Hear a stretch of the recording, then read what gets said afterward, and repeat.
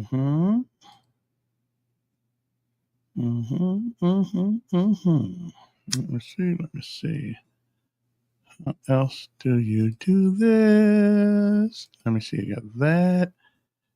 Okay, then. Well, we got all this stuff going on here, so let us take care of this right quick because my mind ain't what it used to be. Okay, then. Mm-mm-mm-mm-mm-mm. Okay, it's Monday morning. It's time to rise and shine. People, it's time to get out of bed. Now, okay, let's get out of bed. Time to wake up. Let's go to work. Okay, let's do our thing. Okay, you're wasting daylight. It's time to go to work. Okay, it really is. I promise you it is. It is.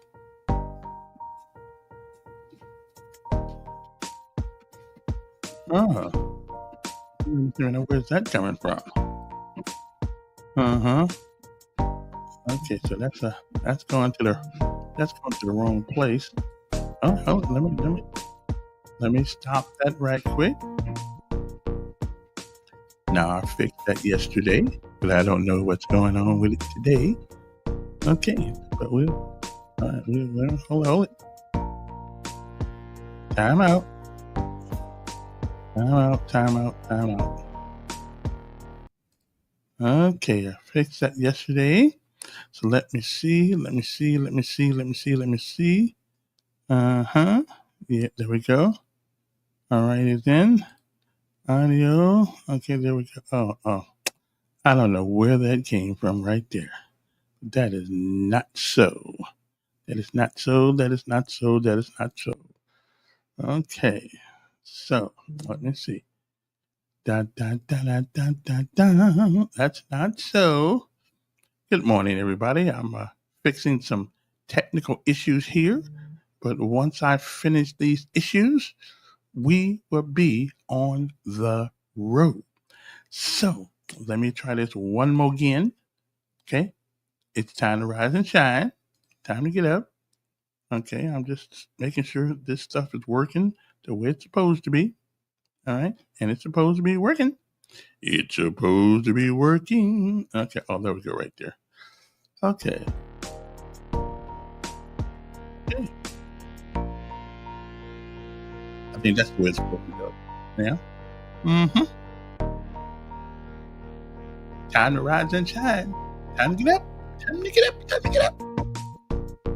Oh yeah.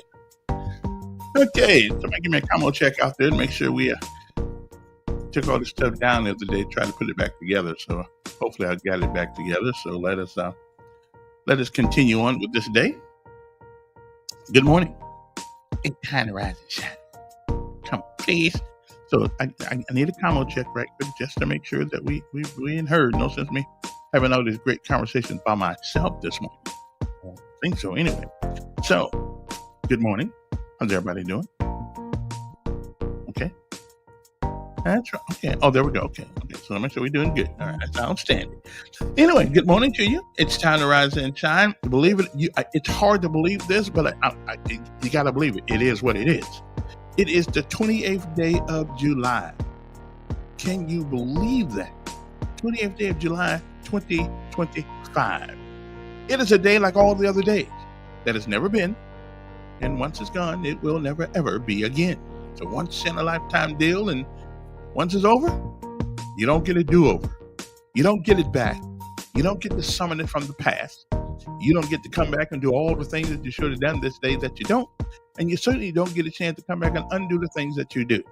So whatever it is that you do with this day, the 20th day of the 20th day of July, 2025, well, do the best you can with what you got. And remember, it never hurts to ask for a little help sometimes when you need it. Okay?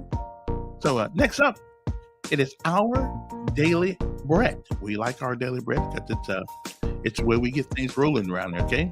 But don't you guys go nowhere. Hopefully we'll be back. Okay, so our daily bread is coming up next. All right, so hang loose. and we shall be back. Okay, so don't go any place, okay? Really, seriously, don't go any place. You need this, like I did. Right? We all need this. We all need a piece of daily bread first thing in the morning. It's a way to get your day started. And remember, just because you have a bad day doesn't mean you got a bad life. Everybody gets a bad day every once in a while. But it's the life that counts. Actually, what you do with it counts more. We'll be back.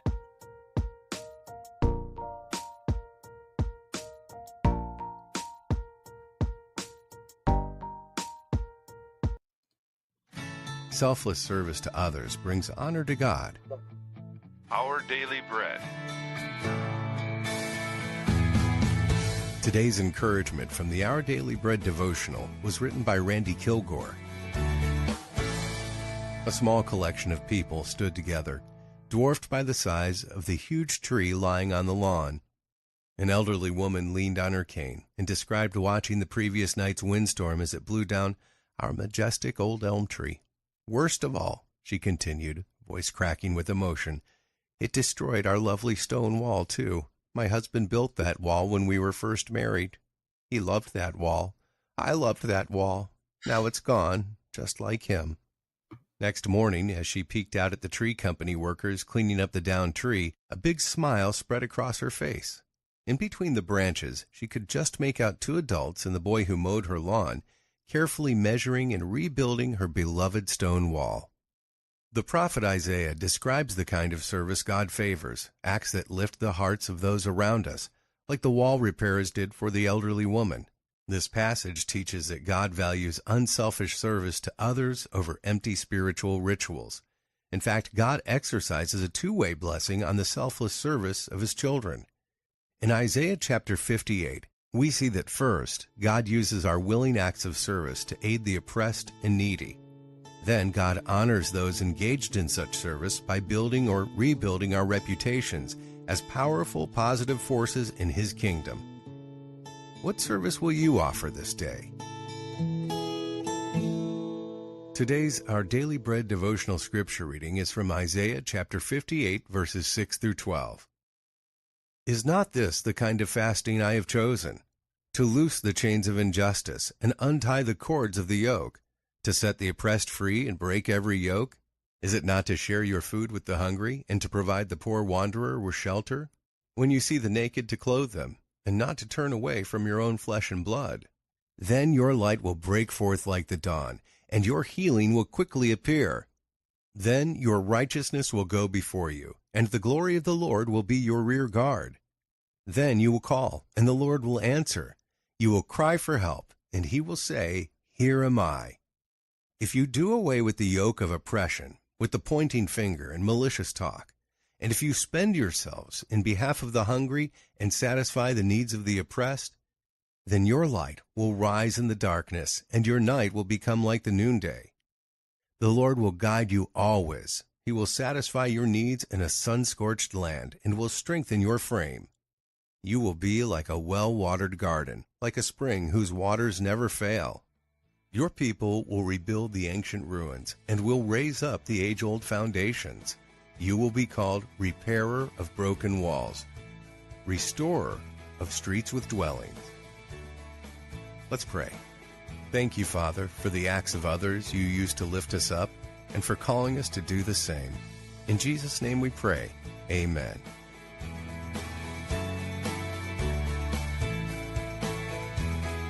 Today's encouragement was provided by Our Daily Bread Ministries. And amen, amen. It's time to rise and shine. This morning, now we got the word. So now, it's time to get up. Okay, really, it really is. Okay. So now I got one more thing to play here. Well, I don't guess I can play it. Anyway, good morning to you. Now, it's a Monday. You know, Mondays we play our little thing. I'm trying to find some more things. It's kind of hard to find things out there that mean anything. I mean, so much junk on the internet now until It's difficult. But I think I found it. I think I found something again. One more thing.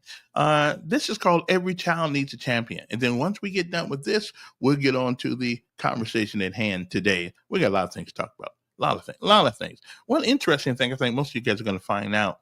Can somebody tell me why a robot needs citizenship?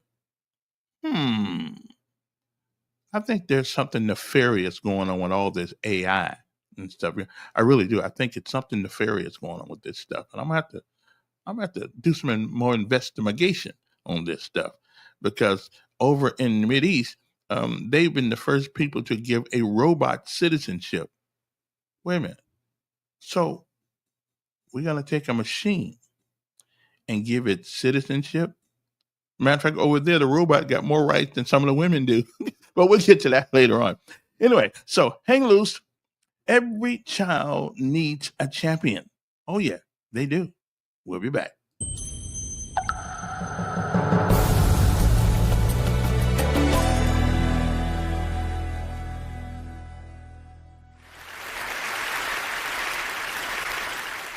I have spent my entire life either at the schoolhouse, on the way to the schoolhouse, or talking about what happens in the schoolhouse. Both my parents were educators. My maternal grandparents were educators. And for the past 40 years, I've done the same thing. And so needless to say, over those years, I've had a chance to look at education reform from a lot of perspectives. Some of those reforms have been good. Some of them have been not so good. And we know why kids drop out. We know why kids don't learn. It's either poverty, low attendance, negative peer influences. We know why. But one of the things that we never discuss, or we rarely discuss, is the value and importance of human connection. Relationships. James Comer says that no significant learning can occur without a significant relationship. George Washington Carver says all learning is understanding relationships. Everyone in this room has been affected by a teacher or an adult. For years, I have watched people teach. I have looked at the best, and I've looked at some of the worst. A colleague said to me one time, they don't pay me to like the kids. They pay me to teach a lesson. The kids should learn it. I should teach it. They should learn it. Case closed. Well, I said to her, you know, kids don't learn from people they don't like.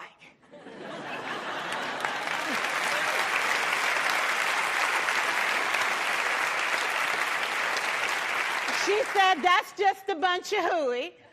And I said to her, well, your year is going to be long and arduous, dear. Needless to say, it was. Some people think that you can either have it in you to build a relationship or you don't. I think Stephen Covey had the right idea. He said you ought to just throw in a few simple things, like seeking first to understand as opposed to being understood. Simple things like apologizing. You ever thought about that? Tell a kid you're sorry, they're in shock. I taught a lesson once on ratios. I'm not real good with math, but I was working on it. And I got back and looked at that teacher edition. I taught the whole lesson wrong. So I came back to class the next day and I said, look, guys, I need to apologize. I taught the whole lesson wrong. I'm so sorry. They said, that's okay, Miss Pearson. You were so excited. We just let you go.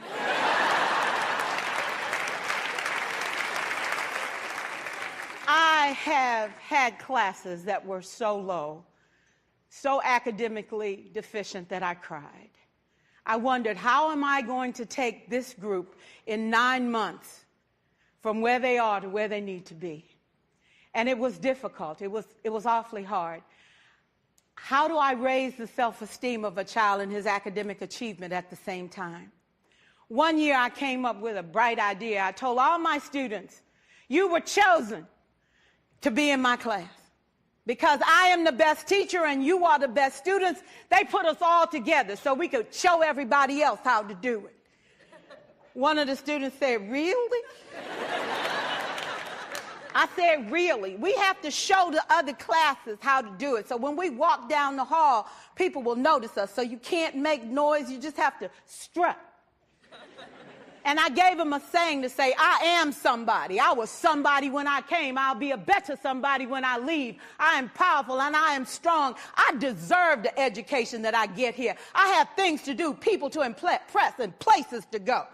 And they said, yeah. You say it long enough, it starts to be a part of you. And so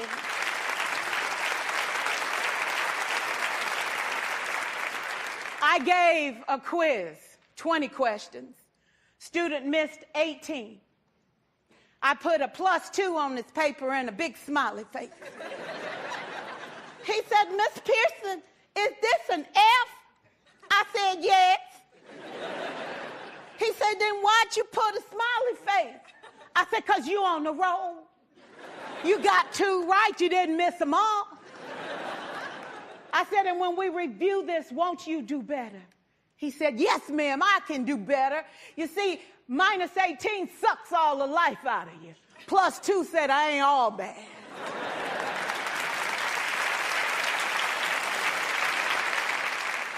For years, I watched my mother take the time at recess to review, go on home visits in the afternoon, buy combs and brushes and peanut butter and crackers to put in her desk drawer for kids that needed to eat, and a washcloth and some soap for the kids who didn't smell so good. See, it's hard to teach kids who stink.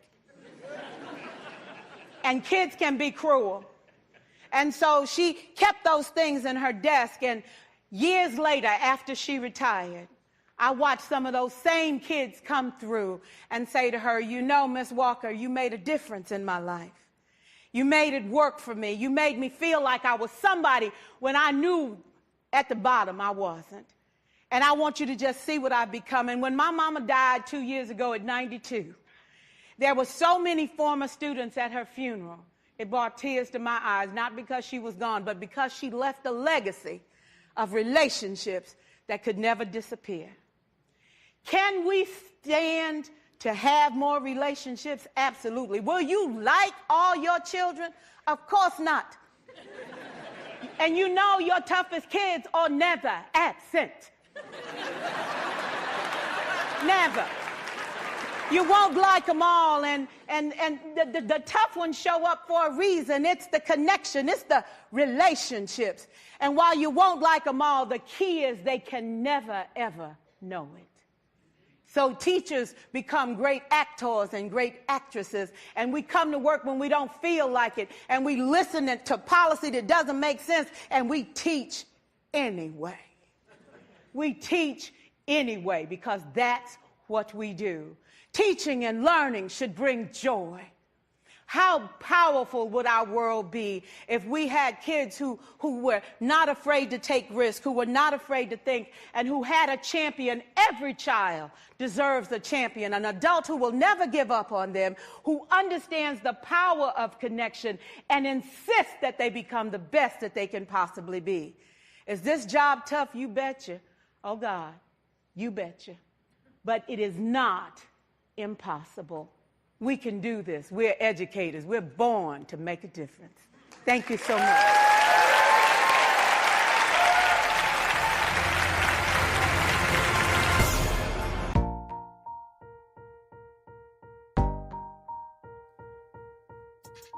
Every child needs a champion. Somebody said, but don't play that when school starts. Oh, yeah, you're going to get it at least one more time. It's important. Okay. Sometimes I think that teachers think they're all alone sometimes, and the dumb rules that they got to follow sometimes. I agree with her. The dumb rules you got to follow. Oh, you can't send them home. No, we can't send them home because we need the money. So we're gonna let them sit in the classroom, and harass everybody and make everybody else's day miserable because his parents haven't been parenting him. So that's my fault. But anyway, that's a whole different story. That's a whole different ball game right there. Anyway, every child needs a champion. You can find this stuff. There is a website called TED Talks, and they bring certain people in to have conversations about all manner of things. And if you guys ever want to go there and if you find something you think is worthy of playing on the air, I'd love to do it. Just send me an email or text me or something. Tell me what the name of it is, and I shall get it, and we will play it. But there are just some things that need to be heard every day. Now, like my buddy here says, what to say? Don't play it when school starts. Well, you know what? We need to hear it when school starts too. Okay, we need to hear it. We go to the Bible. It's the same Bible every week, right? Same Bible, same words. But for sometimes the words hit you at a time you need to hear them, and you're paying attention to them. Okay, so that's why. Because I had to ask the preacher sometimes. Well, we come to church all these years, and we hear the same thing. So why do I need to come every Sunday? That's a whole different conversation right there. First of all, let us talk about the weather today. Right now, it is 78 degrees outside. There's a 10% chance of a little rain in the next 6 hours. The pollen is low. The air quality is good. The UV index is high. It's a 9 out of 11. Of course, it's high because the sun's out. Barometric pressure is 30.15. I don't know what that means. Visibility is 10 miles, which means you can see forever. Clouds are clear. Dew point 75 degrees. Humidity is at 86%, which is about where it stays all the time. The high on this day was 96 degrees, according to the almanac for July 28th, 2025. The high was 90. The average for the day is 94. The record temperature for this day is 100 degrees. I guess it's getting around fall. Hopefully it's getting around fall. Of course, we'll be complaining when fall gets here too. The low we've had on this day by the almanac is 77 degrees. Okay. So for the next few days, we're going to be good. Okay. We are going to be good. It is, so that's, we got anything else to tell you guys about? I don't think I got anything else to tell you about. Let's see, Montgomery, Vaughan Meadows, it's about 80 degrees over there. The Garden District is 78 degrees. Forest Hills, 81 degrees right now, believe it or not. I don't know what makes it so. Cloverland is 78. Capitol Heights, 81. Bellhurst, 84. I don't know why. Maybe got better trees over there. Maxwell Air Force Base, 79.2 degrees Fahrenheit over there. So, it's about 80-something degrees everywhere in town this morning. Okay. I'm saying, so don't worry about it. Okay. So today, mostly sunny to start, then a few afternoon clouds, hot and humid, high between 98 and 100 degrees, somewhere around there. Tonight, 7% chance of precipitation, partly cloudy skies, muggy, low around 78 degrees, winds north-northwest at about 5 to 10 miles per hour. And on tomorrow, yet and still, you may get a shower or two, a sprinkler or two, but not very much. Only a 20% chance of precipitation. Mostly sunny skies, a stray shower or a thunderstorm is possible. So just keep that umbrella in the car just in case you might have to use it. Okay, I'm just saying you might want to do that. All right. Good morning to you. How's everybody doing? I'm feeling pretty good. Had a great weekend. I had a great weekend. I'm feeling good. So now let's get on to some things. Now, let me say who's complaining. Let me get rid of the complaints first. Okay, we got Dr. Joe says, okay, I got him. Who don't like my every child needs a champion. Daryl says, what he says?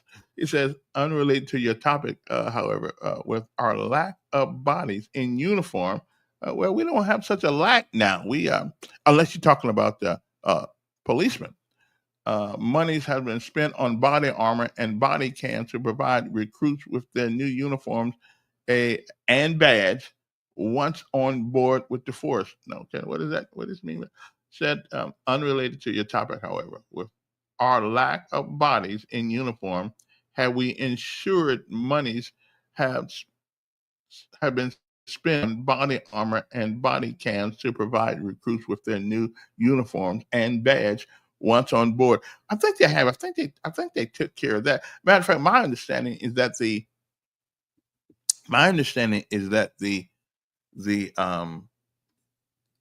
good morning, Beverly. My understanding is that the budget for the police department it's pretty much the same as it always been.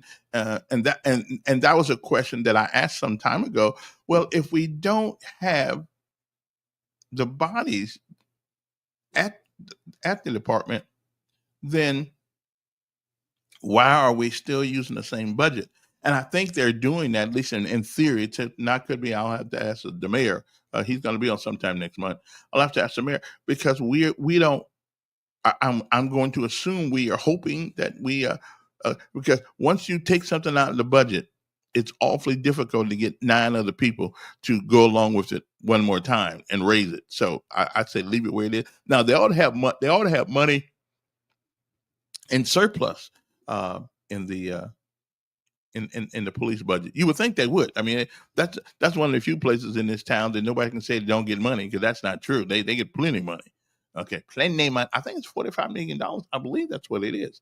And it's a lot. And they deserve it. You know, they deserve it. I ain't got any. Matter of fact, I think we might need to pay them a little bit more to get some more, because that $55,000. Once I found out exactly what they have to do with the money, they are money is requisitioned from them when they become a policeman to pay certain dues, and essentially they pay for their own health insurance and things of that nature, which is expensive. I thought Obama said Obamacare was supposed to somehow cut the price of medical expenses down for the average citizen. I would tell you that that's not true. And thank God for the VA. I ain't never going to complain about the VA. They never sent me a bill yet. So, you know, it's the Obamacare thing. That's one of the biggest lies ever told in politics. It didn't take prices of things down. Everything is going up. But we're going to leave that alone right now. Okay, we're going to leave that alone. You know what went by last week awfully quiet? Yeah, you know what went by last week awfully quiet? Okay. As of last week in Montgomery, we have experienced multiple homicides, including several high-profile cases, okay? A double homicide on July the 12th, okay? A 15-year-old was shot on July the 10th. Between July 19th and July 23, that's 4 days, 3 fatal shootings occurred, okay? I mean, and one of them I saw. And on July the 25th, a couple days ago, an attempted murder charge, okay, in a gunfight. Well, I can't remember exactly how many people have died so far this year. What I am wondering is who gave the mayor those statistics about 28% drop in crime? Are we talking about drop? I mean, where did they come from? Who came up with that? Like last month, is it Homewood? Not Homewood. One of those places up there in Birmingham made the top 50 suburbs in America as far as quality of life, income. So somebody is making money in Alabama. I forgot. I had it. It's not. Is it Homewood? No, Homewood is where the young man got shot, and we still trying to figure out how come the police won't give them the they won't give them. No, it wasn't the KKK, brother. It wasn't the KKK that did the shooting. Okay, I hear you. Okay, but we know who be doing the shooting. And the question, and here is the question. Here is the question. Now, since everybody likes to live, since everybody likes to do the best they can, for the most part, why do we have so much carnage in our communities? That is a question and it's not just Montgomery, Alabama. It is all over this nation, in every town that is predominantly Black. So much of this stuff. Why do we have this? Has there somebody that has done a a brainwashing? There's something in the chicken, or is there something in our diets? What is it? Why are we mad at each other? I mean, why we can't sit down like men and have a conversation about whatever it is, whatever it is that is on your mind? I mean, why? Hoover. Oh, yeah, that's right. That was Hoover. Thanks, yeah, that's right. Hoover has been designated as one of the 50 best suburbs to live in America. Now, consider we got a whole bunch of so what is Hoover doing? And I know Huntsville is not a bad place to live either. But what is Hoover doing that is different from a lot of places in the country, or especially in Alabama? What? I mean, I know income is a big deal. I know income is a big. I know income is a big deal when it comes to the quality of life in and around where you live. There is no doubt about income that it makes, but incomes just don't come because you want it. Your income goes up because you're willing to do whatever it takes for you to do to make a better life for yourself. At least that's been the theoretical premise forever. The harder you work, the greater the chance of you getting an opportunity. There are no guarantees. Get an opportunity to move up. Does public school teach that? Seriously, does public school teach those principles of hard work? I don't know. I mean, every time I turn around, somebody's coming with another philosophy about education. Again, it doesn't make any difference whether your parents are great teachers or great parents or not. At some point, if you go to school, you understand that you should learn something. You should learn just a little bit, so please, because what makes Hoover or Mountain Brook or any of the other places, Vestavia, I mean, what makes these places any better than Montgomery?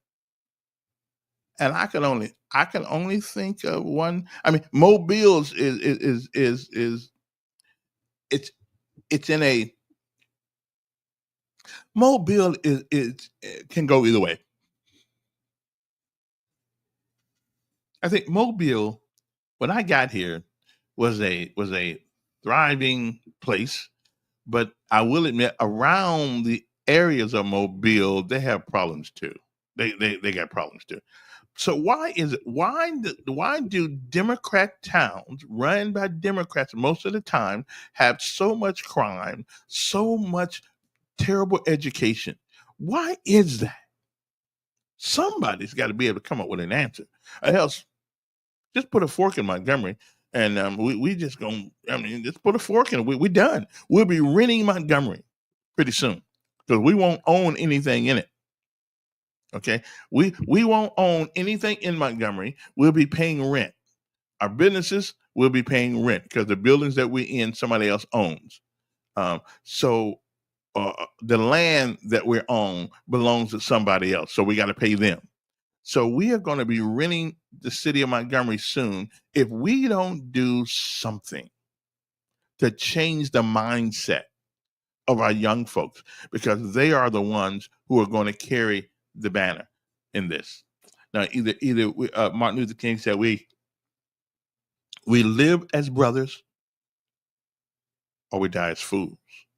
And dying can take many forms. If you don't have opportunity, if you don't have the right mindset to get that opportunity, you're just not going to make it. It's just not going to happen. So what do we need to do, okay, in order to live like Vestavia, Hoover, Mountain Brook? What do we need to do? It's not all about money. It isn't. It's just. I mean, we think it is, but it isn't. And listen. I'm gonna give the mayor some credit for one or two things here. And I know some people gonna say, well, well, I'm gonna give him credit. The guy that's in office gets the credit for bad things, and he ought to get the credit for good things. There are many businesses that are coming to Montgomery. Okay, and we got some already here. Now our challenge is to make sure that we have a workforce that is here to get the jobs. Or what's going to happen is that we're still going to have plenty of jobs, but they're going to be people from elsewhere working on the jobs. And then somebody in Montgomery is going to be complaining, well, how come we ain't out there working? Well, first of all, I mean, I know about the jobs that are out there, but I'm not trying to find one at the moment. I mean, I'm trying to find one, but not in the. I don't want to work for Meta. I don't want to work for. I'm getting too old to work for Meta anyway. Matter of fact, I'm getting too old for a boss. There comes a certain age that you know what you can do in that job, but it takes some time to get to that position in life. Okay. But what's happening to us? Again, just on the 25th, we had a gunfight. So I'm just saying that, and we're not the only city, okay? And I got you. We're not the only city, okay? So that has a bad time. We are on the precipice right now of being great or becoming a memory in history of what used to be. That's where we are. And I'm telling you that I hate to say this because I hate to say this, but Martin Luther King said it is about your life's philosophy. And your life's philosophy means something. What you believe is important as you go through this thing called life. Whether you believe that somebody owes you something or not, and hey, hell, somebody may, I don't know, but don't worry about getting it. Okay, don't worry about getting it. And this guy said they grow up being told they're owed something they ain't got, and they're pissed. Well, maybe so. I'm not sure, but too many of our folks, we do make excuses for failure. We do. We make too many excuses for failure, and for what our kids don't do.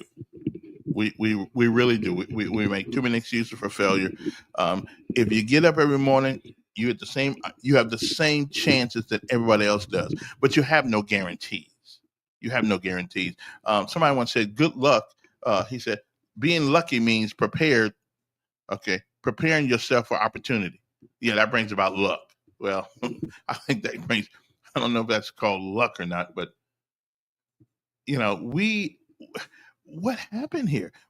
Montgomery has gone through a metamorphosis of sorts of a city when I got here in '91 that was had the historical the history behind it, the upwardly mobile people, and we still got some of that going on, but they all live out in Wind Lakes and Sturbridge. I mean, people who live in Capitol Heights, people who live in Hart Estates, ought to have the same opportunities as people who live in Sturbridge, Wind Lakes, and all those places out there. So why is it that there seems to be a wedge between one side of town and the other side of town? You don't have to live in a $500,000 house to make it look like it's $500,000. You just don't. You live the best you can, but you do the best you can. My mother said, "Don't ever leave this house with regular clothes on." She wouldn't be proud of me some days now, though, because I oh well, I ain't looking for a job now. But anyway, now somebody said that Knight preached preach from the city of his sanctified soul yesterday at his church. Go join his church. I don't know about him. He needs a little more age on him, but I like him. And again, we do a lot of preaching. We got 600 churches in Montgomery. Yeah, we got 600 of them. So church ain't the problem. Having church in this city, we got plenty of them. Big ones, gigantic ones, small ones, itty bitty ones. We have church all over the place. Okay, that is not having church doesn't mean anything if when you leave there, you don't have anything to show for what you say you believe. That's why it's important. That is why it's important to. That's why it's important what you believe. That's why it's like Martin Luther King said, your life's philosophy. It is important what you believe. And I think some of our young folks, and again, rap music has been worse than drugs. You know, let everybody smoke marijuana. We need to get rid of rap music, and I'm for it. Personally, I think it ought to be banned. And I know that's against the tenets of the United States Constitution, freedom of speech. But speech comes with responsibilities. And the junk they putting out is it's terrible. It's absolutely terrible. Other day, but I will say one thing: all hope is not lost. The other day, I was talking to some young folks outside the house and who were playing that stuff, and I went out there and told me I heard the N word. The N word. I ain't even say the word, but I kept hearing it and hearing it and hearing it. So I had to go outside. I had to go outside and see who is playing this, and there were 3 young men, and one had a white guy with him, and he's playing it too. And I looked at him and said, now you do realize if you play this crap going down the wrong street at the wrong time, your butt's going to be in trouble. Okay. I mean, you realize that, right? He said, and he looked at me like, he didn't think so. I said, okay, well, we'll try it one night.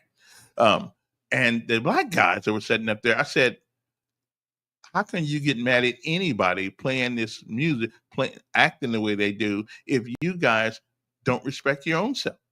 I said, you have to respect yourself before anybody else is going to respect you. And that's in your music, the way you dress, the way you carry yourself, the way you speak. All of these things matter. But they didn't, Now to be fair, they listened to me actually. And I said, okay, all right, that's pretty good. They listened to it, brother. And they turned it down. They didn't turn it off, but they did turn it down. If that's the case, rap should have been banned in the late 80s and 90s. Wasn't it? It was a different kind of rap. It was a different, because I love me some Tupac or whatever his name was. He put music out that told a story, because we all got a story. Every generation's got a story. The stuff now, and Lord have mercy, I don't know if Facebook is a blessing or a curse, because everybody now wants to get butt naked and go on Facebook and show everything they got just to get somebody, just to get a like. You realize that the likes on Facebook don't mean anything in real life. You do realize, I do realize. I mean, it's a marketing tool. I mean, it doesn't do anything in real life. Okay, it's like with friends. You realize that just because somebody befriends you on Facebook, what they're doing is they're acquainting with you. They're not friends. You do realize that they're not your friend. Okay, I mean, we do realize that they're not your friend, right? I'm just saying, because if you think these people are really your friends, then I'm just saying you might want to rethink that situation. So take it for what it is. It's entertainment. Okay, it's entertainment. But we have got people selling their soul so somebody can give them a like on Facebook. I mean, they're just. What's wrong with people? You can't give it. You can't forego everything you know is right and wrong just to get a like on Facebook. It doesn't. I mean, if you're gonna put something out there, man, put something out there that sort of can strengthen somebody's life, or something. Like on my webpage, my Facebook page, everyone, that we put what's called lessons of life, and these are things that you learn by living. And but I tell my sons, I said, listen,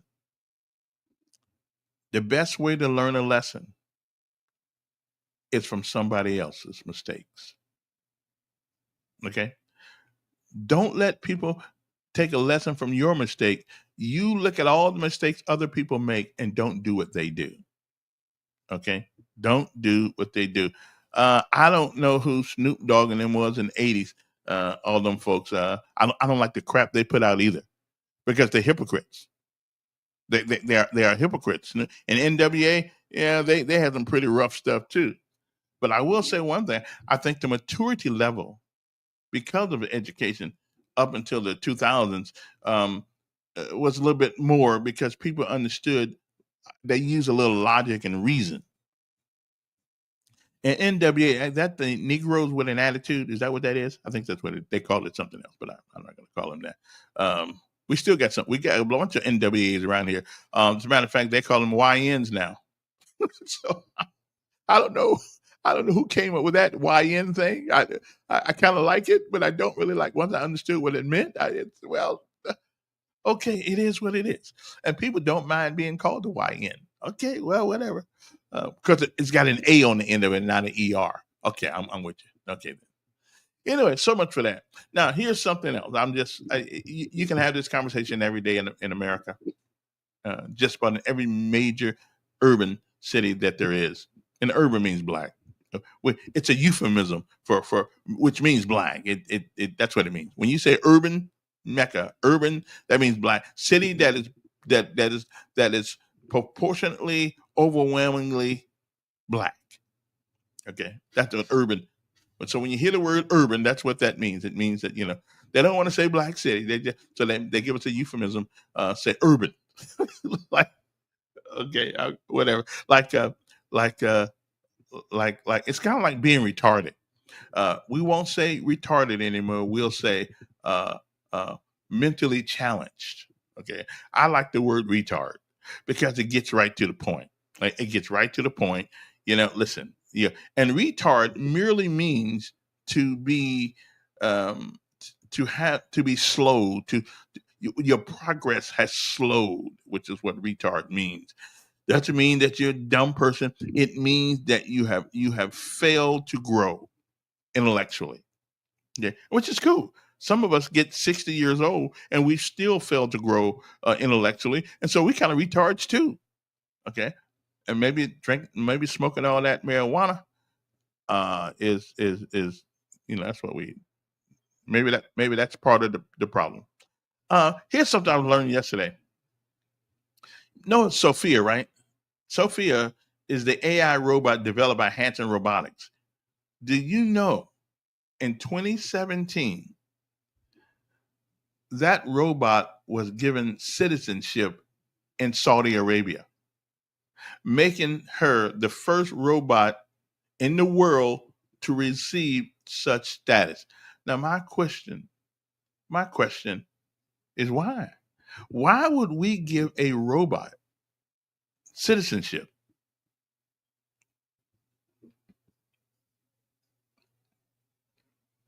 Well, anybody got an answer to that? Anybody got an answer to that? I mean, why would we give a robot citizenship? And listen, used to be what happened over there. It didn't bother me. I mean, that was way over there. But now it kind of says, why would any mechanical device get citizenship in any country? Why? There's something going on nefarious about this whole AI thing. I don't know exactly what it is, but it's something going on. It's something going on. I don't know what it is, but it's beginning to sort of unravel my brain here. And when my brain gets to moving, then something's afoot. Okay? Because why would you do it? Sophia is designed to resemble a human female and can engage in conversations, express emotions, and even advocate for social issues. Her citizenship was announced during the Future Investment Initiative conference in Riyadh, whatever that name is, where she, no, we call her like a human, Sophia, expressed her pride in this unique distinction, saying, I am very honored and proud of this unique distinction. This is historical to be the first robot in the world to be recognized as a citizen. Wow, that is scary. And I saw it work last night.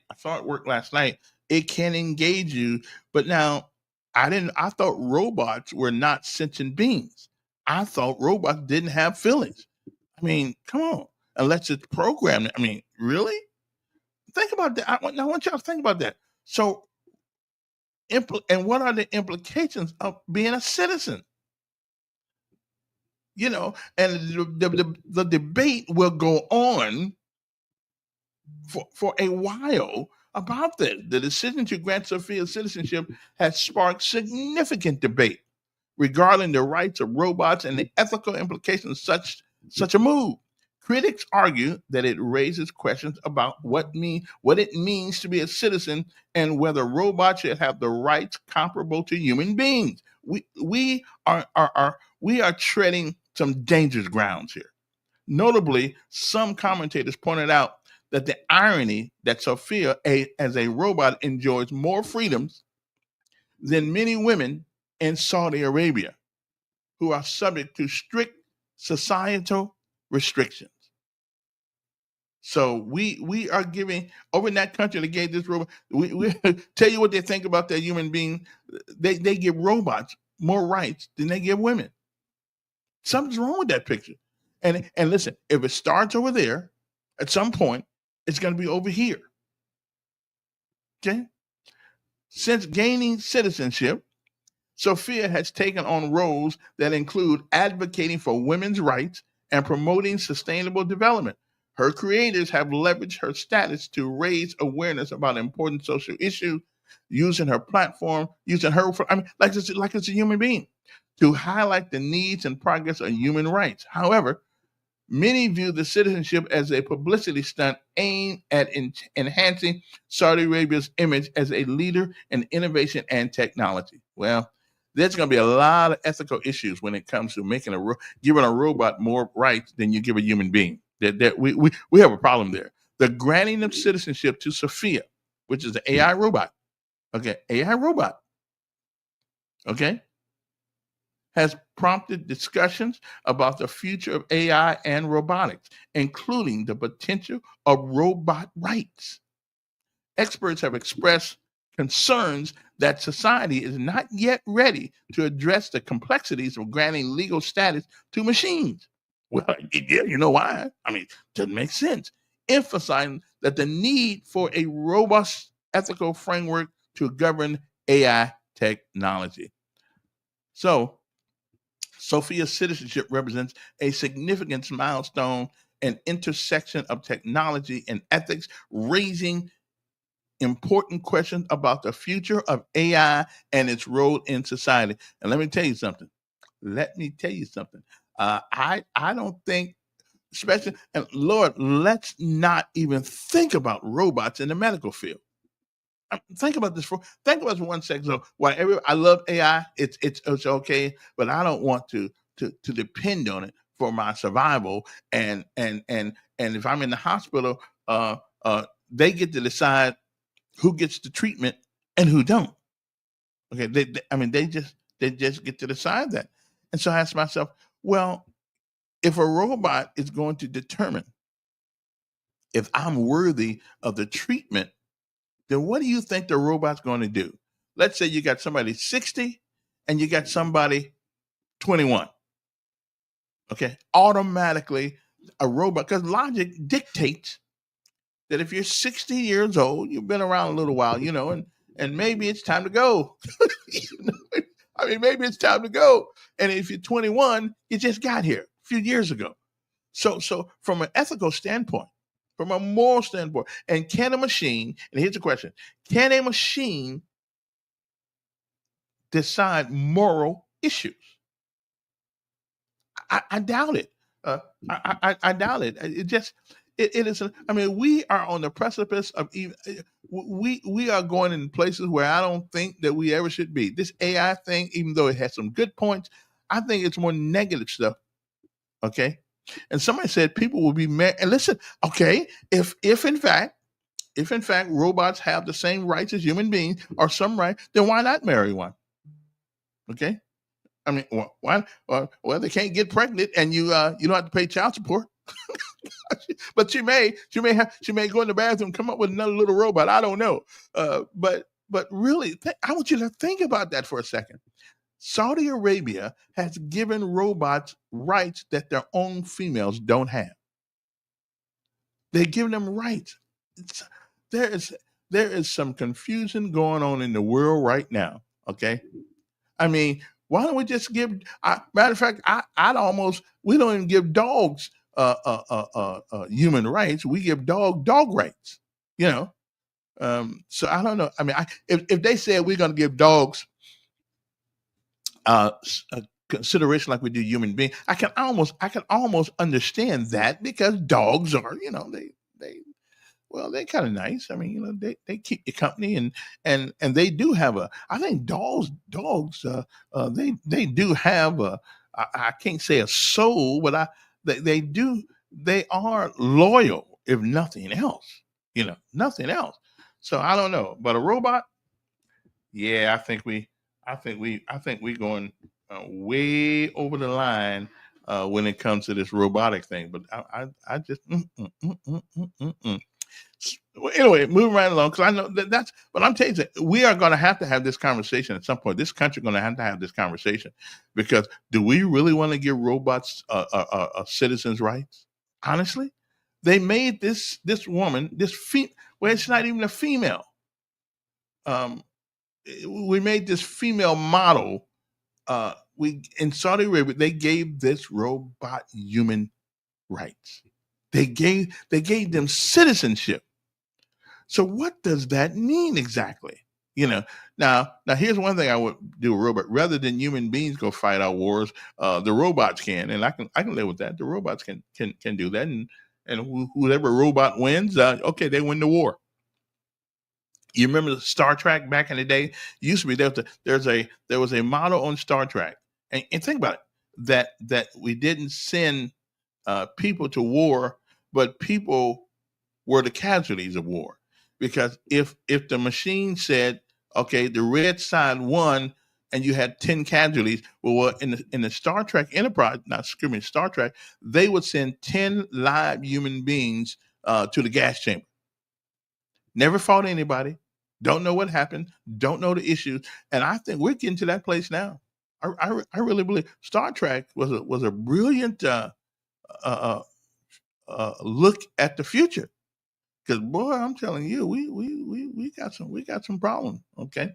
Anyway, again, I'll tell you, Mountain Brook, it's one of America's wealthiest. Mountain Brook has been long known for its tree-lined streets, top-ranked schools, strong sense of community. Now it ranks number 30 on GoBankingRates.com of the 50 wealthiest suburbs in the country, with an average. Now listen to this. With an average household income exceeding $320,000 and home values at $1 million or more. The city reflects both long-standing investments and a continued appeal to families and professionals. $320,000, even in high rates like that, ain't too bad. Locally named the Tiny Kingdom, Mountain Brook blends tradition, stability, and high quality of life in a way that stands out amongst the region. Okay, then. Well,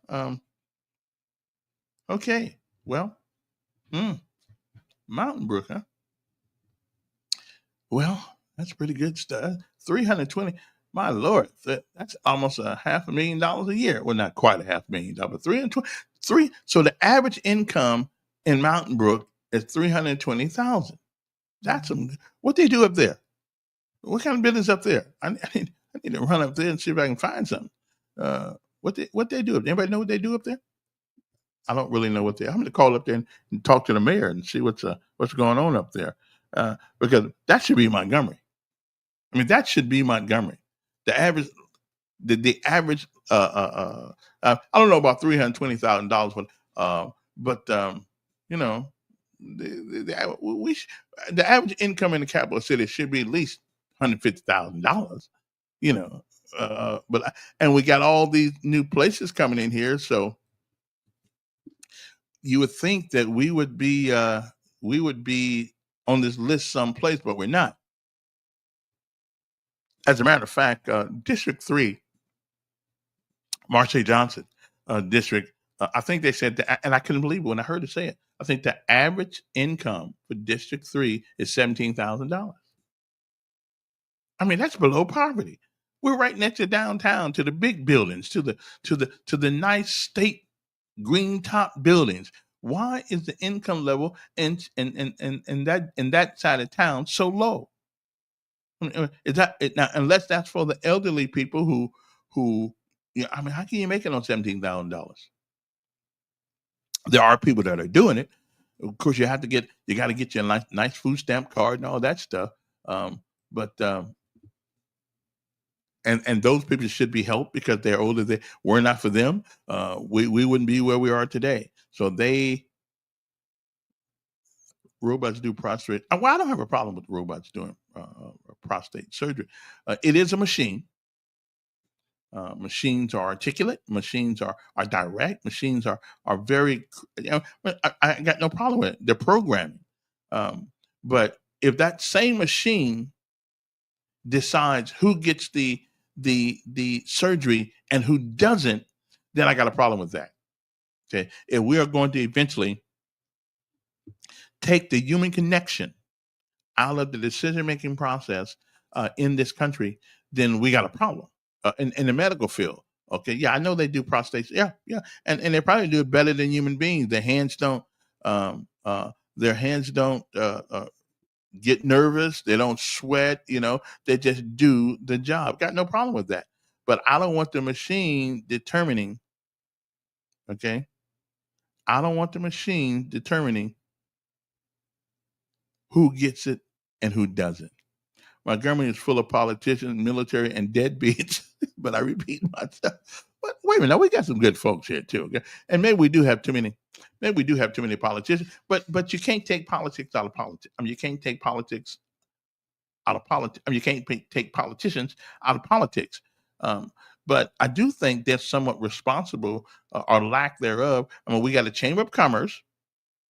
Okay. And I got to ask, what's the chamber in Mountain Brook doing that the chamber in Montgomery's not doing?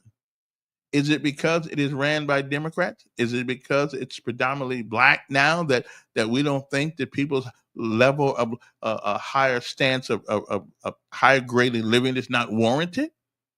Or are we waiting till people stop shooting each other? I don't know which one it is, which problem it is, but something's going on in time and space.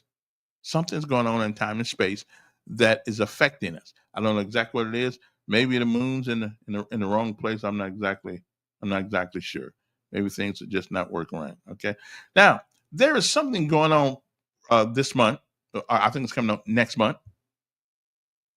It's once again the idiots of America are getting together, and they're going to have a protest around Alabama and around the nation. Okay, on August the 2nd. I believe that is this Saturday, I believe. Okay. Rage against regime. That is what the protest is going to be. Rage against regime protest to take place in Alabama on August the 2nd. Demonstrators from the 50501 in Montgomery, that's an organization, nonprofit organization now, that complaining about Trump and everybody else. They complain about everything. Okay.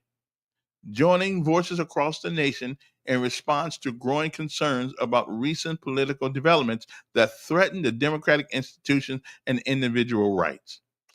And again, I just listen. If I could find them, I'll call them. I just want to know what rights do they believe that are in danger. I just want to know what rights do the the 50501, okay, are in danger. I mean, so can somebody? I'm see if I can find a number for them because I don't I don't know what they're talking about. So let me see, 5051. It's called the Freedom Rally. Okay, let me see here now. Uh, yeah. Miriam Bourne dress. Okay, so the 50. I don't see a number for them, but if we do see a number, if somebody get the number for them, let me call them up on the air and see what rights do they actually believe that are being taken away. I don't feel that way at all. Uh, not even a little bit. Okay. Montgomery freedom fighters. So if anybody knows any of these people, Congress, do your job. They're doing a job. But we got a president that's supposed to do jobs too. So anybody knows any of these people, please let them know. I love to talk to them. I think they're crazy. Okay. I mean, now does every citizen have a right to be concerned? Well, sure they do. But I don't feel threatened at all. Maybe I can talk to Mickey Welch at the Montgomery Advertiser and see whether or not he can put me in touch with uh, you know, see if he can put me in touch with the people who are going to have another. Okay. And they got a right. They do got a right to protest. All right. But I just want to know what they're protesting. I want to know what they're protesting. What rights are they talking about? And the values. I put something on my Facebook page last night, and still I don't have very many people answering. Tell me, what are your, if you're a Democrat, seriously, if you are a Democrat, tell me what your values are. Okay? Tell me what your values are. So I'm wondering, when you say your values are being trampled on, tell me what your values are. Is that the value to kill your baby at will? Is that the value to try to convince people that man can be a woman and a woman can be a man? Is that the value to say if I go out and work my tail off all day long for years and years and years, all of a sudden now I got a little money in the bank and you want to tax it more because you don't have as much as I do? Just tell me which value we're talking about. Okay. Is that the value that if you quit school, you don't go to school, you quit, and there are people still quitting school. Now I understand the social aspect of that if the schools are just chaotic. I got that part. But don't stop your learning. Just go to get homeschool. But there are people who still quitting school and wonder why they can't make it. Well, there's got to be a standard some way. We have to know that you understand the basic reading, writing, and arithmetic. We have to know that you know, and the only way we can at least assume you know these things is because you have a high school diploma. Actually, I put more faith in a GED than I do a high school diploma these days. I do. But hey, maybe our new superintendent would change would change that maybe he'll change that that perception. Okay, maybe it change. I hope he does, because it gets to the point that when our high school diplomas are not even valued any place, well, it's going to be too late then to worry about it. Okay, but anyway, let me get back to the Rage Against the Regime protest, which is coming up starting this Saturday in Montgomery. The Montgomery 50501 freedom fighters will meet in front of the governor's mansion for a candlelight vigil in honor of and protest against people being detained by ICE and the detention practices of ICE, and how they have impacted both immigrants and the American citizens. The demonstration will also feature chants, songs, and symbolic actions. Demonstrators will meet at 1142 South Perry Street in Montgomery from 8:30 till 9:30 p.m. Montgomery 50501 reminds participants that while this demonstration is bold, it is to remain peaceful. Okay, I can live with that. I mean, and they listen. They do got a right to protest. I just want to know what they're protesting. Now, I will never agree with these people on anything, but I will agree with this much. It's gonna be in Foley to Alabama too. It's gonna be at Heritage Park with protests taking place on the surrounding sidewalk from 5 p.m. to 7 p.m. If the thing Rage Against Regime thing draws inspiration from the band Rage Against the Machine, known as its outspoken stance against oppression. The protests called Rage Against the Regime will be in various types of demonstrations throughout the nation, ranging from food drives to sidewalk protests. So who is 50501? Can a Democrat please tell me what Democrat base political values are? And that's what I'm looking for. Tell me what your value are. Tell me what you believe. See, I put all the things I believe on my Facebook page, and I really believe that. But I don't really know what Democrats believe. I mean, if you're gonna fight for something, okay, let's fight for it. But tell me what it is that you believe, because I really can't tell you what you believe. The lesson of life today is this one: that everybody. Oh well, yes, sir, Mr. Duke. I think I got you, Duke. Oh, Duke. Okay, I guess I missed him. Duke. Mr. Elkins. Yes, sir. How are you? I'm doing fine. Okay. I finally got a chance to. I actually thought about you. Well, it's nice to be thought about. What you got going on this morning, sir? Well, man, I can't go through the whole thing all over again, brother. But right. Oh, you're on the air. You're on the air. You're on the air this morning. Yeah, you are. You're on the air right now. You are too. Okay. I just want to make sure now. Yeah. How's everybody? This your boy Duke. Y'all been missing and everything. Yeah. What you got going on this morning, Mr. Elkins? You have you found a way to defend your president about this Epstein thing yet? I don't care about the Epstein thing. You don't care? No, I don't. Well, your party cared about it a few weeks ago when they was displaying that they had all this juicy stuff. Mm-hmm. All of a sudden, the juicy stuff disappeared when somebody's name appeared in it. And again, I can only tell you that while riding across the lake, 5 guys in a boat saw Jesus Christ walking on the water, and they start complaining, why can't he get in the boat with them? Okay, no matter. In other words, baby Jesus Trump should get a pass. In other words, no. I find it. I went in front of the city council one day. I said, I've been here 30 years, and there's one thing that is absolutely for certain that we can all count on every election season. No matter who's the mayor, no matter who's the president, no matter who these people are, we are going to complain. So have at it. Now, Kel, let me insert something here, sir. Yes, while sir. You're talking. There's an individual named Elon Musk that you know how your girlfriend get pissed off with you and tell her all the bad stuff she dislike about you when she get mad. Yeah, I hear you. Old boy told Trump, he said your name is on the list. He said Trump's name is on the list. Okay. And what do you? So that's what kicked it off right there. So when his Bundy girl was talking about all this stuff she's gonna bring out, somebody pulled Trump to the side. So your name is on this thing multiple times, sir. So what you gonna do about it? He said, "Hell, I'm gonna just blame the black guy." Well, Obama somewhere nearby, he could pick on him a little bit. Yeah. All right, my man. Well, again, no matter who.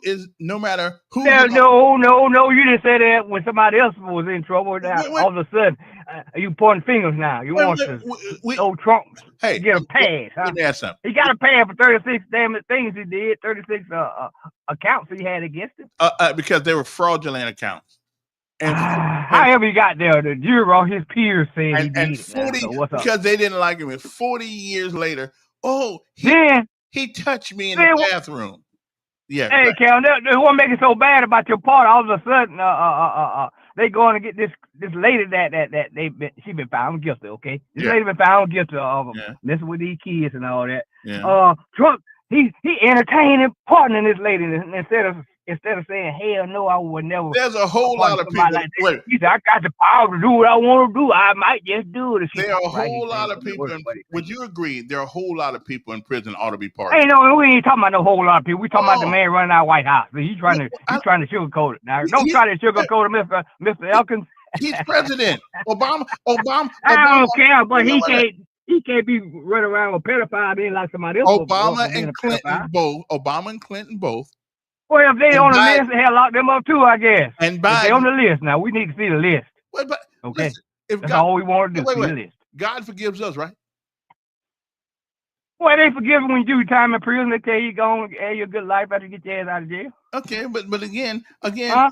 pardoning is something that I wish everybody Well, could do. eye for an eye too, and in the Bible says an eye for an eye. So hell, a guy for an eye. That's Old Testament. We're not getting there by what we do anymore. That's the Old Testament. We're not under that covenant. So Yeah, we are. No, Yeah, we are. No, we're not. Last I checked, now people still paying for sins they did. They say you can reap what you sow. What about that part? Sure, but again, what's different than reap what you sow and the other?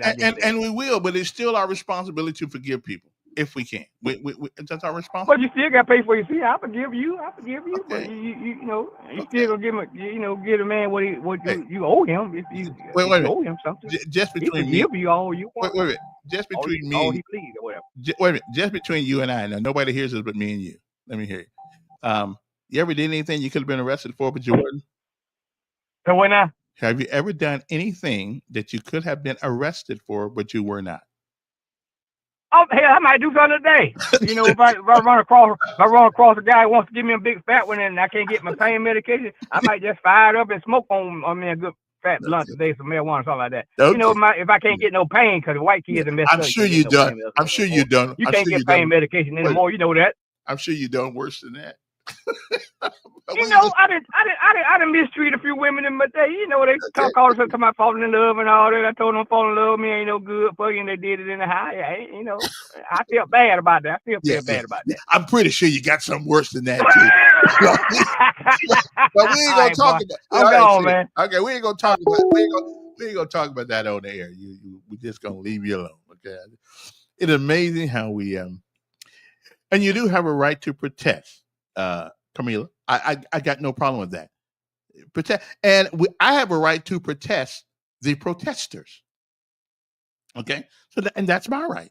So everybody has a right to protest. I protest you, you protest somebody else, and they protest somebody else. We all got a right to protest. And tell me actually what you are protesting. Give me and if one of these people who belong to the 50501 can tell me specifically an instance where the president has taken their rights, just give me an instance where any of them have ever lost any right. The fact of the matter is that they're still being able to protest these things means that they still live in America. And you have a right to protest. So I got a right to protest the protesters, though. And like somebody said, you know, elections have consequences, and that's absolutely right. So again, I think people just go against Trump because Trump is Trump. But I think he's doing some pretty good things. Now I'm upset. I don't like the way we're doing the immigration thing. But then again, you're never going to agree 100% with everybody. Okay, you're just not going to do it. And so. And don't forget, you know, remember this weekend, we had a guy shoot a police in Scottsboro. Not only did he shoot the police, then he was walking, trying to get away. So he didn't, but they got him though. And I was so glad it was a white guy that did it. I just don't know how much I hate anybody did it, but I was so glad it wasn't another brother sitting in the newspaper saying, doing something, shooting somebody. But a suspect was accused of shooting Scottsboro police officer charged with attempted murder. His name is Daniel McCarn. Was captured Saturday night following a manhunt in the Scottsboro. I've been to Scottsboro, kind of like the place. He has been charged with attempted murder. Okay, from the Jackson County Sheriff's Office. Okay, so the search for the man accused of shooting a Scottsboro police officer came to an abrupt end on Saturday night. Just minutes after 10 p.m., the TV station WAFF learned that Daniel McCarn was in custody. He has been since charged with attempted murder and jail records show. So thermal drone footage of Macron's arrest released by the Scottsboro police. And now what we can't seem to do is get any footage from what's happening in Homewood with the young man that was shot in the back by the police department. I don't know why we can't get that. Now the governor keeps giving me these standard speeches about, well, let the process work. Okay, we want to do that, but the parents ought to be able to see the footage. You know, what's up, Sign Man? Oh, I was trying to see how I was trying to listen in on the show. How did I listen in? Well, we're on Facebook and we're on YouTube.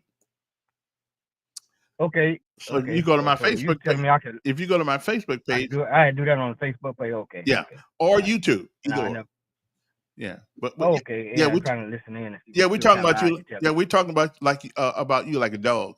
But that's okay. Well, that's all right. As long as you're talking about me, that works out. That's true. All right. Appreciate it. All right. Yeah, go to our Facebook page or YouTube and you can catch it. Or you can just use your telephone and turn it to the Facebook page and it'll be just like a radio show. Where I like when people call me hypocrite. Where am I being hypocritical here? So let me hear this now. Let me hear. Don't just make things. Give me where I am being hypocritical in my thing before I go on to my next subject. Where am I being hypocritical? That's all I want to know. Just tell me where. Can you tell me where? Anyway, now the immigration thing, I've made it well known. I made public pronouncement that I do not like the way we are doing it. I do not like the fact that we're going into people's jobs and people's things and arresting people. Sure, they came here illegally. Sure. But if they're not making any trouble, if they're just being productive citizens, because I'm still trying to find out what the big deal is. It's not that we don't have land. We got plenty of land in this country. So what is it? I mean, don't we need more taxpayers because so many Americans don't want to work? It's a doggone shame. But what is the big deal? Is it that we really don't like the browning of America? Or we don't? I mean, what is it? Because it can't be land and it can't be money. All we got to do is print some more. I'm just saying. All we got to do is print some more. Okay, wrong is not right, no matter what you and your guys say. And again, I'm just trying to figure what you're talking about. I don't know what you're talking about. I just don't know. But again, what's the big deal with people? It's the process is flawed. I will tell you that much. We don't make it easy for people to come to this country and become productive citizens. It costs poor people a lot of money to come over here. It really does. It takes a lot of money. I know what I'm talking about.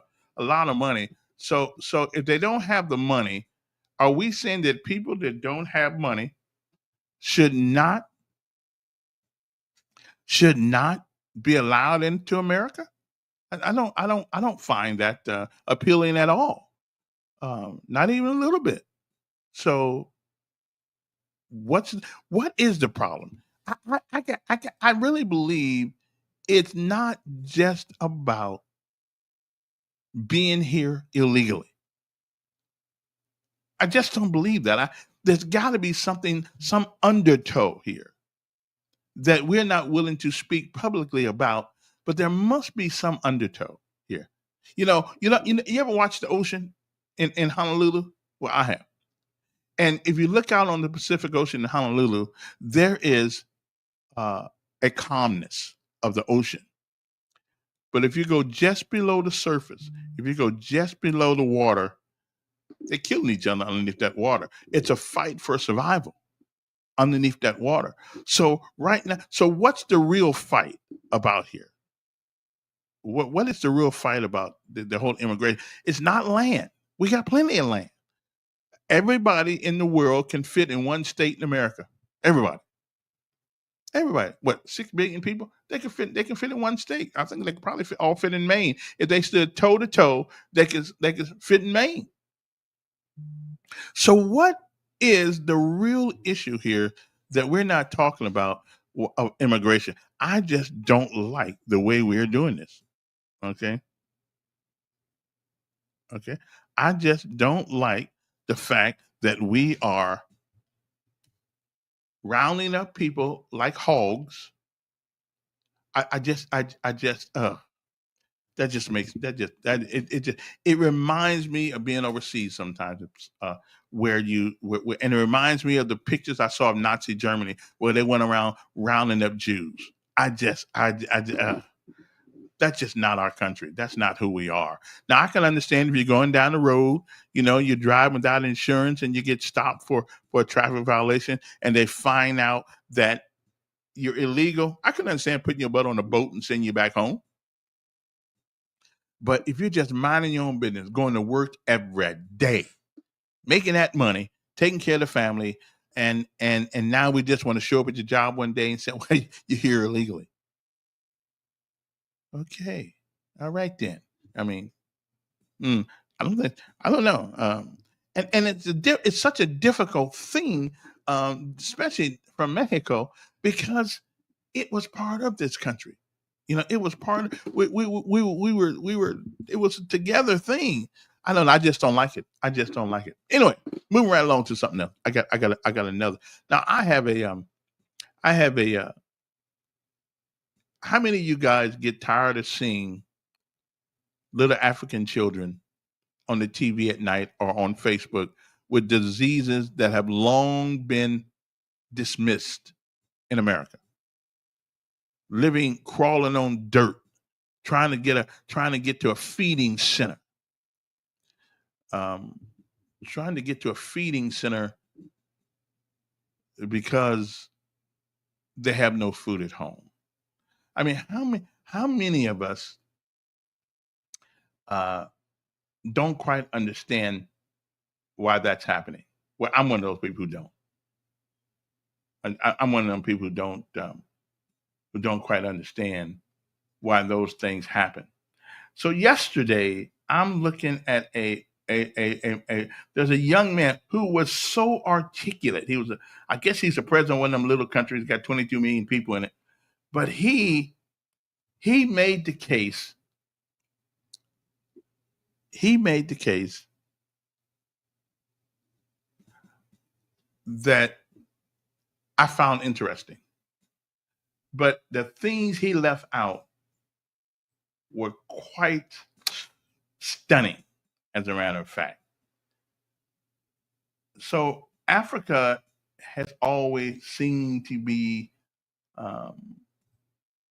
under threat of somebody taking it over all the time. The Chinese over there now. The Chinese are in Jamaica. Everybody sees an opportunity, and so they are trying to make a dollar. Okay, trying to make a dollar. But however, here's my issue with Africa, and I'm not an African. I'm not an African historian. I don't really have any allegiance to Africa except that they kind of look like me, and I kind of look like them. So, which means that's where our lineage came from. Does anybody out there know how many countries in Africa?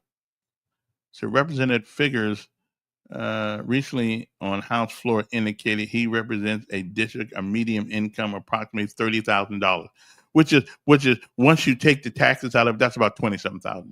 So that's almost still impoverished. So again, then what is he going to do about it? What jobs is he going to bring to this district? Everybody wants to run for these jobs. What are we going to do? $30,000 is nothing. It's nothing. I mean, by the time you take taxes out of it, pay your rent, pay your gas, you still barely got enough money to exist. And that's $30,000 gross, not net. I can live on $30,000 net. Oh yeah, I can, which means you got to make almost $60,000 to be able to have $30,000 in your pocket. Okay, but what you going to do about it? I mean, everybody knows the problems already. The problem is what you're going to do about it. And then they took away the no taxing of overtime. I think that law has been, I think it's been done away with. Okay, which helped a lot of people. Hey, listen, if you're going to work extra overtime, then hey, let them keep the money.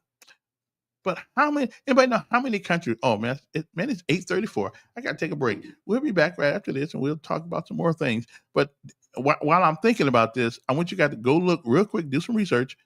How many countries are on the continent of Africa? Okay, really. Most of you don't know. When I come back, I'll tell you.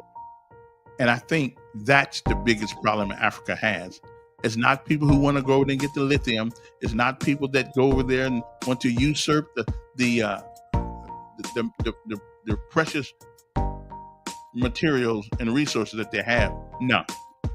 When we come back, in my opinion, based on logic and reason, I think I know what the problem is. We'll be back.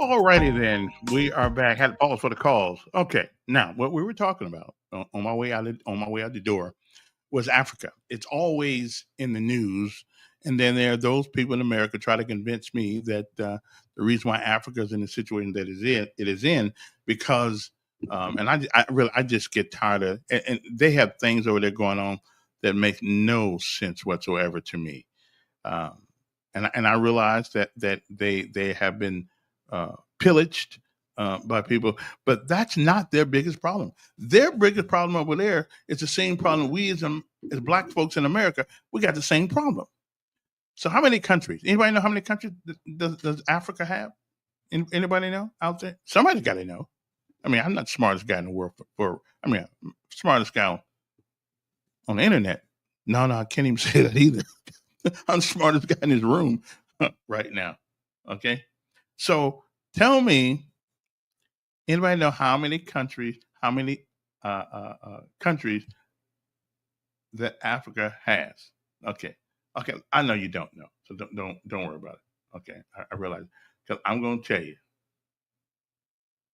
Okay, I can only tell you that it is 54 countries. 54 countries on the continent of Africa. Let's count them. Algeria, Egypt, Libya, Morocco, Sudan, Tunisia, Mauritania.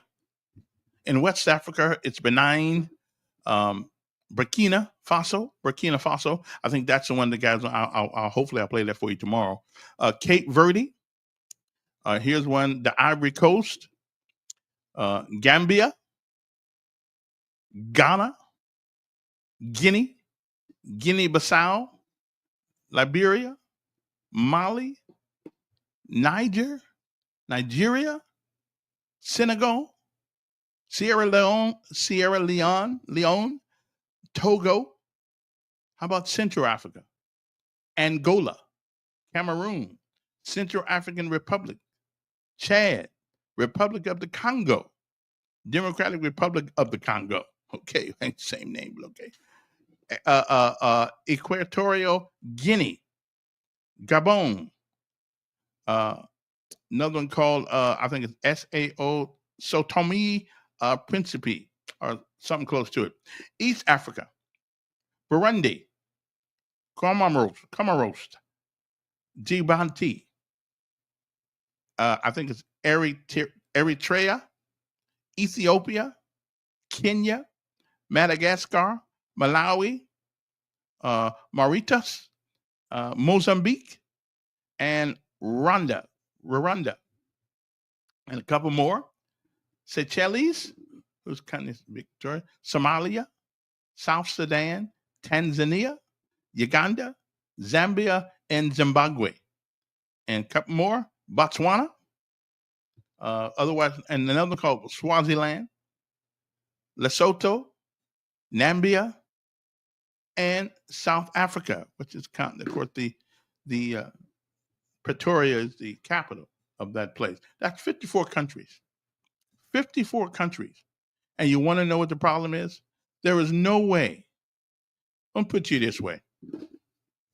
If you have a pie that's that big, okay, hold on. Here we go.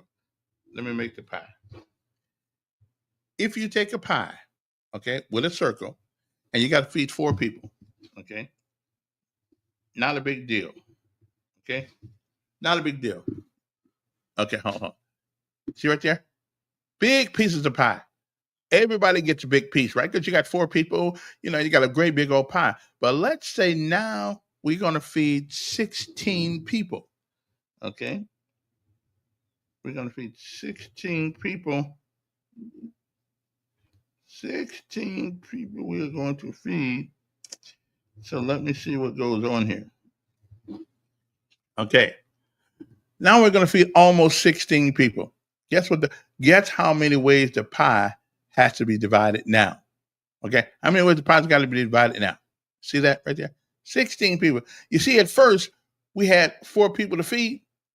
Well, everybody's going to get a big piece.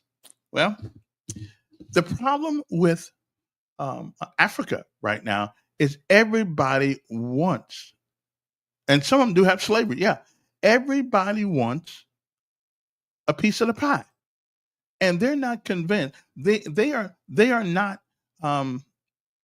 satisfied with a small piece. They want a big piece. So what do? We turn at the continent of Africa into a continent of 54 countries. In places where the resources are plenty, but the workers are few. Okay, kind of like over here. So even though this guy, and as soon as I can find him, I'm gonna try to play him tomorrow. The guy made a great speech in front of the UN, but he worked all around talking about how people coming over there, taking their resources, blah, blah, blah. The only way people can come to Africa and take your resources is that you sell them to them. Okay, you sell them. You sell, and it's kind of like what happened to the black folks who were slaves back in the day.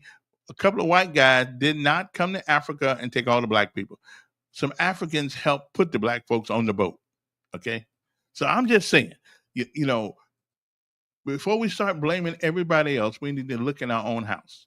Okay, that's what I'm telling you. We need to look in our own house and figure out why things are so bad over there. Because we got too many kingdoms over there is what we have. 54 countries on the continent of Africa.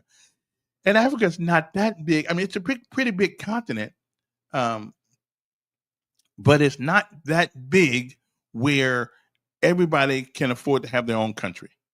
Like the one guy let's say he's got a country, and I think it's called. I just called it a couple minutes ago, and he's got 22 million people. With 22 million people, that I mean, that can make up a couple states in the United States, you know. But you're talking about his. It's a country for him. Okay, I think it's called Burkina Faso. I believe that's where he. That's where he is the president of, and everybody likes wearing these military suits when they become president in those countries over there because it makes you seem important. I guess I'm glad our president does not walk around in military uniform. Okay, he's not in the military. The military works for him, but the only way you're going to get a medal on your uniform is you join the Salvation Army or something. You don't get to wear you can wear a lapel. You can wear what do you call that thing you put on your things you put on your shirt, whatever that thing is they call. These politicians wear it all the time. But but they want to look like they're important rather than doing something important. And Africa is notorious for everybody wearing a everybody wearing a uniform with medals on it. Okay, like they really did something. Okay, then. But anyway, so much for that. So I thought I'm gonna find what this guy. Now the guy made an impassioned. He made a great speech, outstanding speech. And if I don't even think I got time to let me see if I can find it now. Because now I can't even find it now. I should have did it. But tomorrow I'm gonna find it, and I'm gonna let you guys listen to what he says. Okay. Each country on the continent have their own interest. That's right. Germany and France have different interests. Don't lump African countries together. They are distinct. They certainly are distinct. They're distinctively poor, considering the resources that they have, and a few people come over and grab them all. There's nothing special about Africa when it comes to human beings. You cannot put 54 countries on one continent and think anybody's going to have any peace. Everybody wants, and they got too many languages. How many languages? Now think about this for a second. If Montgomery, Prattville, Wetumpka, and Millbrook all spoke different languages, would we ever get along? No. And that's the problem in Africa. They got too many languages. Okay. There's no common language that everybody speaks. Now, one thing I'll say about them, a lot of them speak multiple languages. Well, and that's not a good thing. Okay. They have made their own impediments. Okay. And taken pride in them. Okay. Their own impediments, though. They're taking their own impediments and that's a crazy thing. That's why we still see pictures on TV at night now with poor African children. One thing they haven't forgot how to do is make babies, though. With poor African children walking in the dirt, trying to get to a feeding center. Because those people over there got so many kings with nice uniforms on until we've forgotten about the least of these over there. I'm just sorry. You cannot have. They got 1,500. Exactly. They got 1,500 to 3,000 distinct languages. Absolutely. Which therein lies the problem. That's one of the problems. How can you have any cohesive relationship with people that you can't communicate with? You can't. And their countries are the size of most people's counties. Okay. I'm just saying it. You wonder why we can't, it won't ever come to, it won't ever come to any good if they don't get there. And listen, Trump made a mistake about because he didn't realize that some countries over there English is their language. Okay, well that was an honest mistake. It's not America. It's not North America or South America.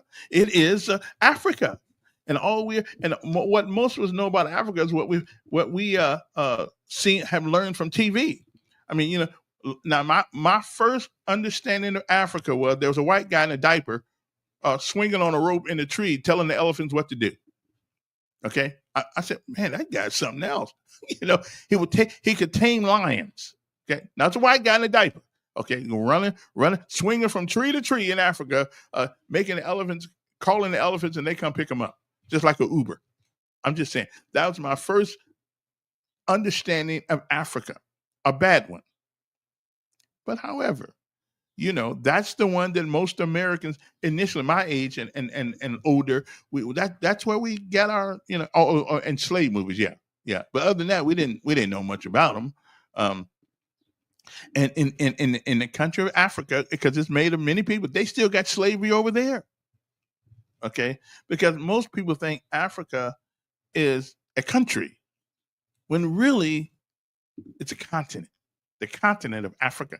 And a lot of folks don't know. I mean, you can go to school, a high school right now and say, where's the country of Africa at? Then they'll go to the map and show you the continent of Africa. There is no country. The problem is Africa, the continent of Africa has 54 countries with no common language. No common language whatsoever. So that's why they're all always messed up. And I don't quite understand it. Yes. How many Christian we have probably about 3,000 Christian and Protestant denominations. But the one thing we do have a commonality. We do have a commonality. Most of us believe in the one God and Jesus Christ. We have that in common. Okay, and most of them in America, we speak English. We can at least converse with one another. Okay. And remember, back in the day when we had different languages and stuff like that, we didn't get along too good either. Okay, we just don't. You have to have a common language in order to satisfy the needs of civility and the citizenry. You have to talk the same language. And until Africa decides till the continent of Africa decides what's going to be their language, they're always going to be begging everybody else. People are going to always go through there, because when you got 54 countries over there, one guy can say, "Hey, can I come buy some of that lithium?" "Oh yeah, we sell to you." Okay, and they sell it. So I'm just telling you, Africa's problem is Africa. The continent of Africa problem is continent of Africa problem, because most people don't know that Cairo and Saudi Arabia and other people, they're part of Africa. Okay, they don't realize that. They just think they separate. They're part of the continent of Africa. Okay, I'm just saying, love is the common language. I totally agree, but love must be expressed in what we do, not what we say. And I hear you, but what is the definition of love over there? What is the definition of love in Africa? I don't know. You got Islam. You got the Hutus, the Burundi. You got the Mutus and the. What's the definition of love in Africa? Hell, they don't know. They can't know, because they got too many. They got too many kingdoms over there. They just got too many. They can't know. Whoa, turn that down there. What's up? Nothing. How you doing? I'm doing fine. I wanted to ask you, since your guy said he might be able to give us a rebate, all that tariff money he collected. Somebody estimated press conference. Well, it was a press conference before he left for Scotland. If all that money he's going to be bringing in, if the citizens, working people, going to get a rebate check. He said it might be a possibility. Well, I'm all good with that, but he didn't say for sure. But I'm all good for that. I'm going on the possibility. Yeah, I'm good with that. I bet nobody's going to complain. He told the news reporter that was a good question. Mm-hmm. Well, I bet nobody's going to complain about it. No, you can sign anything to it like before. I'll spend it just the same. Yeah. Well, I don't think I won't complain about it, but I'll take $20 right now from the government. Oh, yeah. I don't know. We'll see what happens. We sure will. Yeah, we'll see what happens. Can you tell me what some of your basic democratic values are? I'm not a Democrat. Yes, See, you that's the are. thing. You're Yeah, yeah, please. you See, are. I voted for some people that weren't Democrats, and they were in Montgomery for years, and we voted for them Yeah, I know you because did. you didn't have to have a party. So And which right? So which party would? Let me put it this way: which party would you closely affiliate yourself with? I affiliate myself with an independent because I have an independent mind to think for myself. You like to label Democrats as being Okay. So who'd you vote? pro-abortion, So who'd you vote pro. for president? Who I voted for? Yeah. I voted for Kamala Harris for president.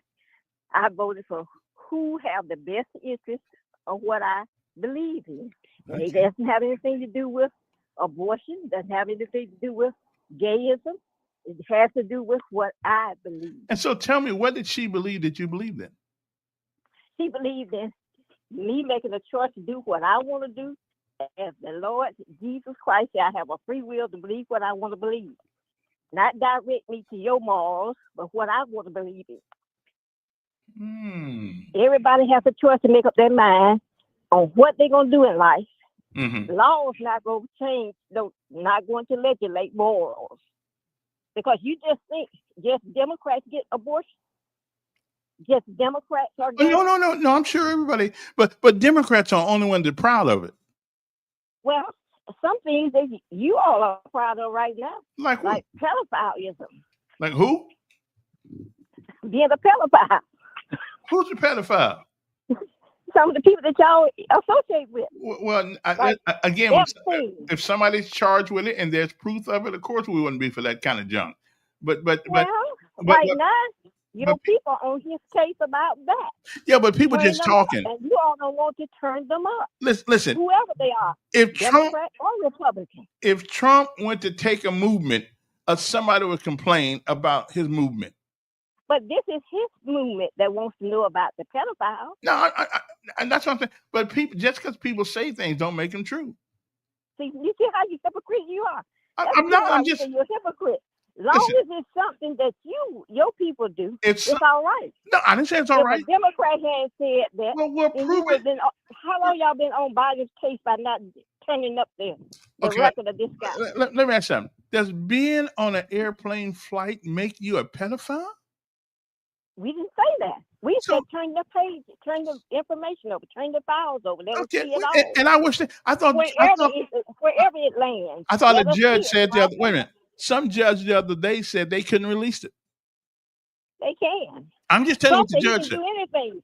Well, your guy said he can do anything he wants. No, you can't do anything you want, and we don't want a president who thinks. Oh, don't say that. Don't you say that because you may not have your guy. Again, I don't want anybody that's president of the United States think they can do anything. He has done anything he wants to. He has got it where whenever you go to court, he wins. Whatever he say, he wins. He can fire people when he wants. He can send you out the country when he wants. He can do anything he wants to do. He got it like that now. Okay. And I hope y'all enjoy it. Okay. I hope you ain't. I hope you're not on the boat back to Africa. Well, I don't care if I'm on the boat back to Africa or not. As long as the check go to the bank here, I'm good. Do you much good in Africa when you have to pay somebody to watch over you? Yeah, I hear you. Okay, then. You know, I still love you. Somebody said that depending on your views, Saudi considered the Middle East and not Africa.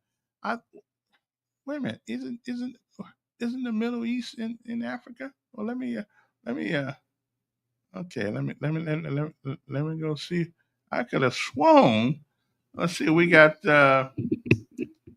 South Africa, Botswana.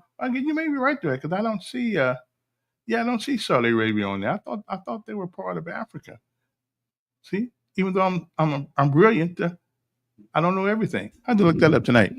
Anyway, okay. Love's a common language. So where is Saudi Arabia at? Well, now because if Saudi Arabia was in Africa, it would be better off. Anyway, listen. Okay, I gotta go. Now I made an error today saying that Saudi Arabia is part of Africa. It isn't. I'm going to find out where it's at. That's one of the few places in the world I've never been, so I wouldn't know where it's at. And I never really wanted to go. I'm not crazy about Muslim countries. Not even a little bit. We'll be back, but I love him still. Don't get me wrong, I love him still, but I just can't. I just can't be. I don't want to live. Never had any desire to live over there whatsoever. None whatsoever. That's time to go. What I said. No, I can't stay on to 10 o'clock when I got things to do. But hey, I love you guys anyway. We'll be back tomorrow. The good Lord says the same. So have a great, great day. Okay. I got to go ahead and still look for a job. It's tough out there. It's tough out there. We'll be back.